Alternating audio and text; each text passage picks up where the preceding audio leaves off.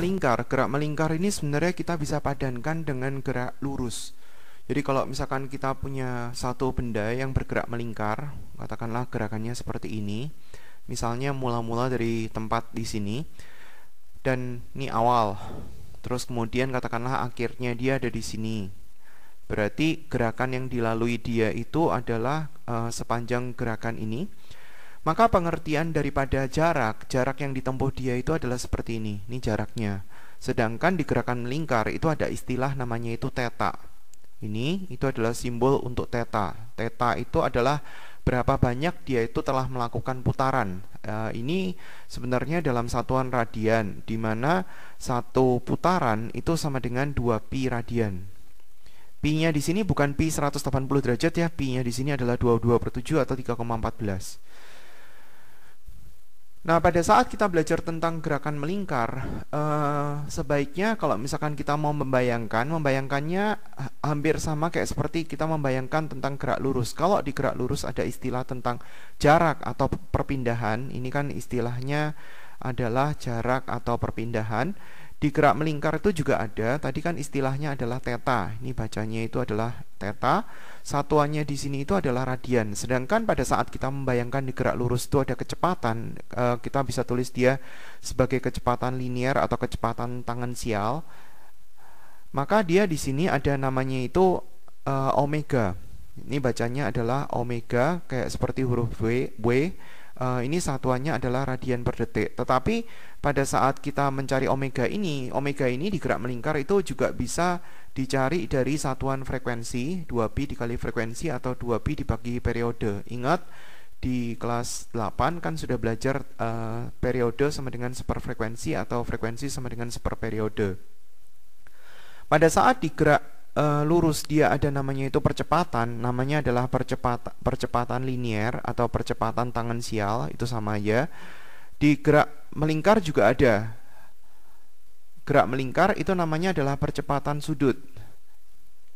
Ini simbolnya adalah alfa, bacanya alfa. Ini namanya adalah saya tulis di sini namanya ini adalah kecepatan anguler atau kecepatan sudut, itu sama aja. Kalau yang ini namanya adalah perpindahan anguler atau perpindahan sudut, itu sama aja. Terus kemudian yang bawahnya ini adalah percepatan anguler atau percepatan sudut. Satuannya adalah radian per detik kuadrat. Nah, kadang-kadang satuan daripada omega itu agak beda. Kadang-kadang satuannya itu bisa RPM. RPM ini sebenarnya singkatan. R itu dari rotation, P itu dari per, M-nya itu menit. Jadi bahasa Indonesianya adalah putaran per menit. Kadang-kadang dia bisa pakai CPS. CPS itu singkatan dari cycle per second. Jadi maksudnya adalah putaran per detik. Itu sama ya. Atau kadang-kadang RPS, rotation per second. Berarti artinya adalah putaran per detik. Itu sama ya. Tapi satuannya itu nggak benar dan itu harus diubah ke radian per second, di mana satu putaran itu sama dengan 2pi radian. Jadi kita harus ubah semuanya itu ke dalam satuan radian. Pada saat kita berbicara tentang gerak lurus, ada istilah gerak lurus yang kecepatan yang konstan, yaitu namanya adalah gerak lurus beraturan.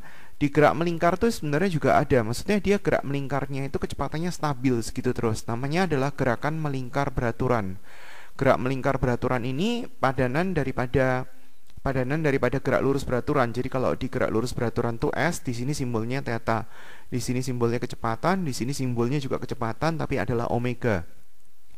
Pada saat kita punya gerak lurus berubah beraturan, di mana kecepatannya itu berubah dengan percepatan konstan, yang di gerak melingkar juga ada. Namanya adalah gerak melingkar berubah beraturan. Jadi kita bisa singkat GMBB, yaitu adalah gerak melingkar dengan kecepatan sudut berubah dengan percepatan sudut konstan. Pada saat kita punya VT sama dengan V0 ditambah sama A kali T, berarti di sini sama. VT itu tinggal diganti omega T, V0 itu tinggal kita ganti omega 0, A-nya kita tinggal ganti alfa.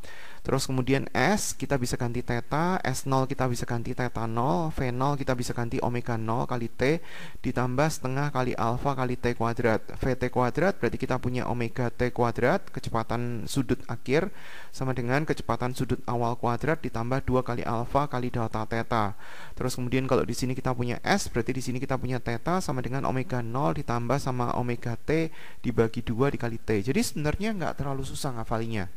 Nah, pada saat kita punya di gerak lurus ada hubungan antara S sama theta, ini ada rumus penghubung sebenarnya, yaitu adalah S sama dengan theta dikali R. Ini ada rumus penghubung V sama dengan omega kali R. Ini di sini ada rumus penghubung A sama dengan alfa kali R.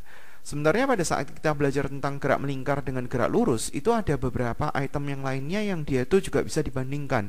Misalkan di gerak lurus ada massa, di gerak melingkar nanti ada momen inersia. Di gerak lurus ada gaya, di sini ada momen gaya namanya. Di gerak lurus ada hukum Newton 1, sigma gaya sama dengan 0. Di gerak melingkar ada sigma tau sama dengan 0 dan seterusnya. Jadi ini itemnya masih banyak. Tentang di sini ada momentum, di sini ada momentum linear, di sini ada energi kinetik translasi. Terus kemudian di sini ada namanya itu energi kinetik rotasi, tapi belum termasuk dalam topik bahasan punya kelas 10. Jadi ini nanti Mas Ian. Nah, satu item yang dia dimiliki oleh gerak melingkar tetapi tidak dimiliki oleh gerak lurus adalah namanya adalah percepatan sentripetal. Percepatan sentripetal itu adalah percepatan yang dialami oleh benda yang bergerak melingkar. Tadi pada saat kita membahas tentang gerak lurus kan ada gerak lurus beraturan, juga ada namanya itu gerak lurus berubah beraturan. Terus kemudian di sini ada namanya itu gerak lurus yang lain, yang dia itu nggak termasuk gerak lurus beraturan dan gerak lurus berubah beraturan. Di gerak melingkar sebenarnya juga sama. Jadi kalau kita membahas gerak melingkar, dia ada namanya itu gerak melingkar beraturan. Di sini ada namanya itu gerak melingkar berubah beraturan. Kalau di sini ada namanya itu ada gerak melingkar yang lain. Tetapi bedanya adalah kalau di gerak lurus dia ada gerakan yang dia itu mungkin ada arah sumbu X dan arah sumbu Y.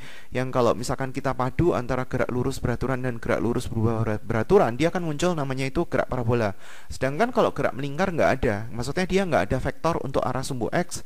Kalau ini kan ada sumbu X, sumbu Y, sumbu Z sendiri. Kalau gerak melingkar sama sekali nggak ada. Jadi dia cuma satu gerakan berputar, ya tinggal berputarnya searah jarum jam atau berlawanan jarum jam atau muter menurut aturan tertentu. Pada saat kita membahas tentang gerakan melingkar apapun di sini, maka dia di sini akan muncul namanya itu percepatan sentripetal sebagai akibat dia bergerak melingkar, sedangkan di gerak lurus nggak ada. Kalau kita mencari tahu percepatan sentripetal, nilainya adalah V kuadrat per R, atau kalau misalkan kita ganti, V kan kita sudah tahu bahwa dia sama dengan omega kali R. Jadi kalau misalkan kita ganti, V-nya kita ganti omega kali R, berarti kan kita punya omega kuadrat R kuadrat per R, R-nya kita bisa coret, berarti percepatan sentripetal itu kita bisa cari juga dari omega kuadrat R. Selain daripada yang ini, kita juga bisa mencari percepatan sentripetal itu yang ini. Untuk yang gerak melingkar berubah beraturan, kan di gerak lurus beraturan ini kan kecepatannya kan konstan. Terus kemudian kan percepatannya kan 0. Ini A-nya 0. Di gerak lurus berubah beraturan kan kecepatannya berubah, tetapi A-nya kan konstan kan. Berarti di sini ada percepatan. Nah, di gerak melingkar beraturan itu juga ada percepatan sudut namanya. Nah, kalau ini yang percepatan sudut ini, pada saat di sini dia juga ada percepatan, jadi percepatannya ada dua. Sementara kalau di gerak melingkar beraturan percepatannya cuma satu, percepatan sentripetal aja. Sementara di gerak lurus gerak melingkar berubah beraturan percepatannya dua, percepatan sentripetal yang arahnya selalu menuju ke pusat lingkaran sama percepatan sudut. Ini akan menimbulkan percepatan tangensial. Kalau misalkan kita lihat gambarnya, kita punya gambar seperti ini. Benda dimanapun dia, percepatannya itu selalu, percepatan sentripetalnya itu arahnya selalu menuju ke pusat lingkaran. Jadi kalau bendanya posisinya di posisi 1, percepatan sentripetalnya ke sini. Kalau benda di posisi 2, ini percepatan sentripetalnya. Benda di posisi 3, di sini ada percepatan sentripetal. Benda di posisi 4, ini juga ada percepatan sentripetal. Kalau dia muternya kayak seperti itu, berlawanan arah jarum jam, kalau benda ini melakukan gerakan melingkar berubah beraturan, maka di sini ada percepatan tangensial yang arahnya ke sini. Nah, kalau dia ada percepatan tangensial, kalau kita mau nyari tahu percepatan total, berarti cara nyarinya pakai vektor. Ini percepatan total.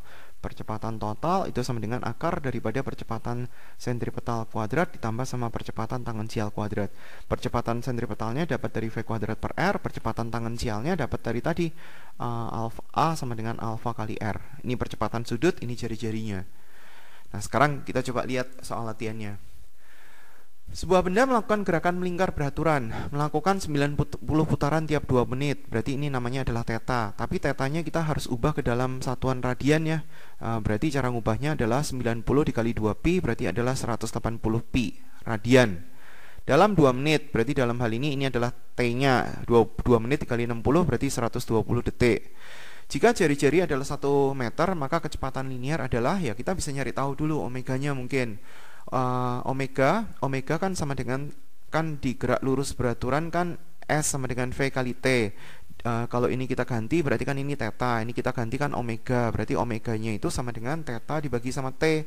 Tetanya kita tahu 180 pi dibagi sama 120, kita sederhanain bagi 60, maka kita bisa mendapatkan 3 pi per 2 dalam satuan radian per detik. Nah, sekarang kalau misalkan kita mau nyari tahu kecepatan linear, ya berarti kita lihat hubungan antara V sama omega. Di sini ada V, di sini ada omega. Hubungannya yang tulisan biru itu V sama dengan omega kali R. Jadi kita bisa tulis V sama dengan omega kali R. Omeganya kita tahu 3pi dibagi 2, R-nya dalam satuan meter, berarti V-nya ketemu 3pi dibagi 2 dalam satuan meter per detik. Nah, kemudian untuk yang nomor 2, sebuah turbin pada suatu pusat pembangkit listrik berputar sekian RPM. Berarti ini satuannya adalah untuk satuan omega. Kita ubah R itu rotation, berarti diubah ke radian. Menit berarti 60. Kalau kita sederhanain berarti di sini dapatnya 10 pi dalam satuan radian per detik. Pada saat listrik mati, turbin berputar perlahan sampai akhirnya berhenti dalam waktu 60 second. Berarti di sini ada kecepatan awal dan kecepatan akhir. Omega T, omega 0 alfa kali T, omega T-nya 0, di sini adalah 10 pi, alfa T-nya adalah 600, alfanya ketemu, minus 10 pi dibagi sama 600, kita sederhanain, berarti kita akan mendapatkan pi dibagi sama 60, satuannya adalah radian per detik kuadrat. Nah, sekarang kita mau nyari tahu jumlah putaran sebelum berhenti, berarti kita bisa nyari tahu pakai omega t kuadrat sama dengan omega 0 kuadrat ditambah 2 kali alfa kali delta theta. Kita mau nyari tahu delta tetanya berapa.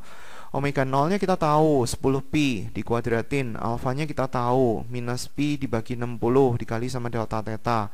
Nah, berarti kita bisa mencari delta tetanya berapa dalam satuan radian. Nah, sekarang kalau misalkan kita mau ganti ke putaran, berarti hasilnya yang tadi itu dimasukin ke atas dibagi sama 2 pi, nanti satuannya adalah dalam putaran. Kalau misalkan dia minta dalam putaran.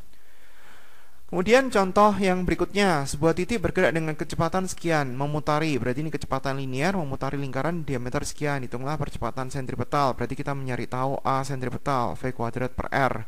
Satuannya dibenerin ya, kalau nggak bener ya, V kuadratnya kita tulis 20 kali 20, R-nya diameternya adalah 15 cm, berarti R-nya adalah 15 per 2. Dalam satuan senti, berarti di sini harus kali 10 pangkat min 2 supaya dia ganti ke meter. Berarti 15 per 2 dikali sama 10 pangkat min 2. Ini nanti dapat satuan meter per detik kuadrat. Tinggal hitung. Kalau kita mau nyari tahu kecepatan sudut ya gampang. Kecepatan sudut kan V sama dengan omega kali R. Berarti omega sama dengan V per R. V-nya kita tahu 20, R-nya kita tahu 15 per 2 kali 10 pangkat min 2. Satuannya adalah radian per detik. Jadi kalau misalkan kita punya satuannya omega sama dengan V per R, kadang-kadang V-nya kan satuannya kan meter per detik, R-nya adalah meter. Nah, ini meternya hilang, satuannya nanti jadi radian per detik. Kalau misalkan V per R-nya ini dalam satuan centimeter per detik, terus kemudian ini itu sentimeter, ya ini hilang juga kan dibagi. Jadi satuannya tetap radian per detik. Nah, sekarang hubungan roda-roda. Roda-roda ini ada banyak sekali hubungan. Mungkin kalau misalkan kita lihat di jam yang dia itu mungkin ada roda giginya, kan kadang-kadang ada yang bentuknya kayak gini kan, roda gigi satu, ini ada giginya, gambarnya nggak bisa bagus. Nah, gigi satu sama gigi yang lain kan menyebabkan benda yang lain berputar. Kalau kita punya hubungan yang dia itu konsentris atau sepusat, ini katakanlah A, ini adalah B, berarti di sini omeganya yang sama, omeganya A sama dengan omega B. Kalau dia dihubungkan dengan tali atau dihubungkan dengan rantai, ini adalah roda A, ini adalah roda B, maka ini kecepatannya A sama dengan kecepatannya B. Demikian juga kalau misalkan kita punya dia bersinggungan. seperti ini. Kalau dia bersinggungan, ini adalah A, ini adalah B, berarti V-nya A sama dengan V-nya B juga. Kemudian kita lihat soal latihan. Diketahui roda A, roda B, sedangkan roda B dihubungkan dengan roda C. Jadi kita bisa tahu hubungan untuk A sama B ini, V-nya A itu sama dengan V-nya B. Jadi kita bisa tahu V-nya A sama dengan V-nya B. Cari tahu dulu apa yang kita bisa hitung. A berputar dengan 15 radian per second. Berarti di sini omeganya A tahu, omeganya A 15. Satuannya saya nggak tulis ya karena satuannya udah benar. V, rumusnya kan V sama dengan omega kali R. Ya, kita putar-putar dari situ. Berarti tinggal omega A dikali sama R-nya A sama dengan omeganya B dikali sama R-nya B. Nyambungnya dari situ dulu ya. Omeganya A 15, R-nya A 4, omega B-nya kita nggak tahu, R-nya B kita tahu 10. Ini kita bisa coret sama ini, dibagi 5, terus kemudian hasilnya dibagi sama ini, berarti dapatnya 2, omega B-nya kita ketemu 6 radian per detik. Nah, terus kemudian B sama C nyambung dalam bentuk hubungan tali, berarti V-nya B sama dengan V-nya C juga, berarti omeganya B dikali sama R-nya B sama dengan omeganya C dikali sama R-nya C, substitusi ya. R-nya B kita tahu 10, omeganya C kita nggak tahu, R-nya C kita tahu 3, ini sama ini bisa dicoret, berarti omeganya C kita ketemu 20 radian per detik. Terus kemudian antara C sama D omeganya sama, omeganya C sama dengan omeganya D karena dia kan konsentris. Tujuannya mencari tahu kecepatan linear. Kalau kita mencari tahu omega berarti kan V dibagi sama R, V-nya D dibagi sama R-nya D, ya substitusi. V-nya C ini nggak usah karena kita sudah tahu omeganya C, ya sudah, 20 sama dengan V-nya D dibagi sama R-nya D 5, berarti V-nya D ketemu 100, satuannya adalah cm per detik. Sekarang kita latihannya.